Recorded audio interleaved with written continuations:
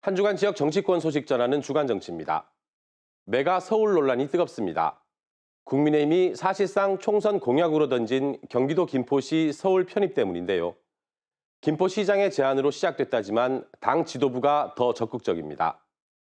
대구 달서구 의리 지역구인 윤지혁 원내대표는 김포 서울 편입의 당위성을 주장하며 더불어민주당을 압박했습니다. 서울이 김포 편입을 통해 바다를 낀 도시가 되면 입지 조건의 변화로 새로운 성장 동력을 얻고 동북아의 대표적인 광역 경제권으로 도약하는 초석을 놓을 수 있으며 편입된 김포 또한 모든 인프라 면에서 발전을 이룰 것입니다. 포항 남울릉의 초선인 김병국 의원은 김포뿐만 아니라 인근 다른 기초단체의 서울 편입도 추진해야 한다고 주장했습니다.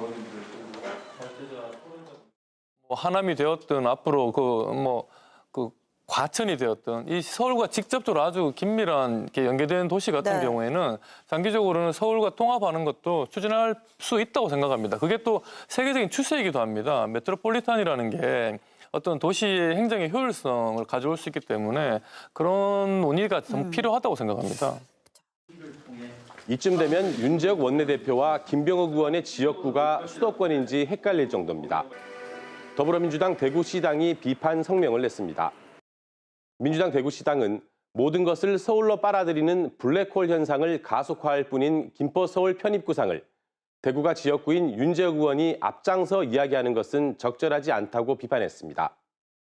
경북 도당도 김포 서울 편입은 서울의 비대화를 부추기고 국토 균형 발전에 역행하는 시대착오적 조치라고 비판했습니다. 당내에서도 비판의 목소리가 터져나옵니다.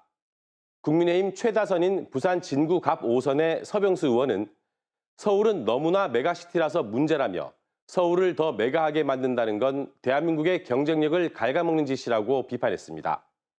유정복 인천시장은 김포 서울 편입은 실현 불가능한 허상이자 국민 혼란만 일으키는 정치 쇼라고 소속 정당에 직격탄을 날렸습니다.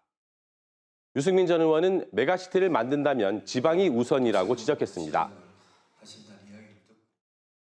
지방의 젊은이들이 대거 서울과 서울 인근으로 이렇게 빨려 올라와가지고 여기에서 20대, 30대를 비정규직으로 소비되고 버려집니다. 네네. 이러면서 서울에 올라오니까 집값 뺏어가고 하니까 결혼할 생각도 아이 낳을 생각 못 하고 있는 거거든요.